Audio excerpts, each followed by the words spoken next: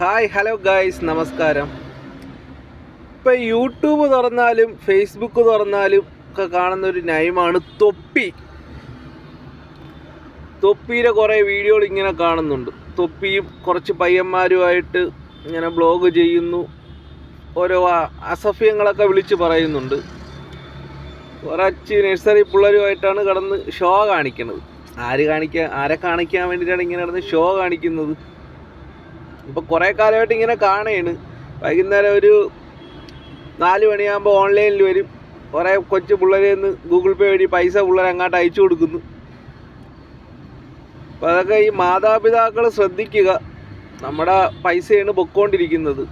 ഇപ്പോൾ 1 രൂപയായാലും അതിനൊരു വാല്യൂ ഉണ്ട്. നമ്മളത് എന്തെങ്കിലും ആവശ്യങ്ങൾക്ക് വേണം ചിലവാക്കാനായിട്ട്. അതായത് അവനെപ്പോലെയുള്ള ഈ നഴ്സറി പിള്ളേരൊക്കെ അല്ല കൊടുക്കേണ്ടത്. അവൻ്റെ തൊപ്പിയല്ല നഴ്സറി പിള്ളേർ, അവൻ്റെ കൂടെ കുറച്ച് പയ്യന്മാരുണ്ടല്ലോ. ഈ ഇടയ്ക്ക് എന്തൊക്കെയോ പ്രശ്നങ്ങളൊക്കെ ആയി. എന്തായാലും നമ്മുടെ നാട് ഇത് എങ്ങോട്ടാണ് പോകണമെന്നറിയില്ല. ഇതുപോലുള്ളവർക്കൊക്കെയാണ് ഇപ്പോൾ നാട്ടിൽ ഭയങ്കരമായിട്ട് കയറി ഫേമസ് ആവാൻ പറ്റുന്നത്. ഇപ്പോൾ തൊപ്പിയുടെ ഇപ്പോൾ ഒരു ഭയങ്കര ഒരു വളർച്ച ഉണ്ടായിട്ടുണ്ട്. ഒരു വർഷം മുമ്പ് തൊപ്പി ഇങ്ങനെയൊന്നും അല്ലായിരുന്നു. തൊപ്പിയുടെ ഒരു വലിയ ഇഷ്യൂ ഉണ്ടായി, അവനെ പോലീസൊക്കെ പിടിച്ച്.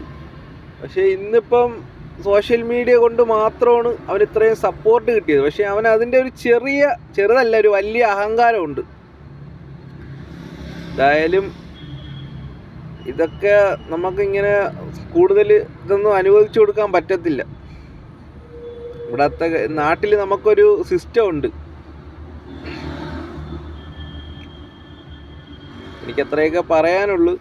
ഞാൻ എൻ്റെ ഒരു അഭിപ്രായം പറഞ്ഞതേ ഉള്ളൂ. താങ്ക്സ്.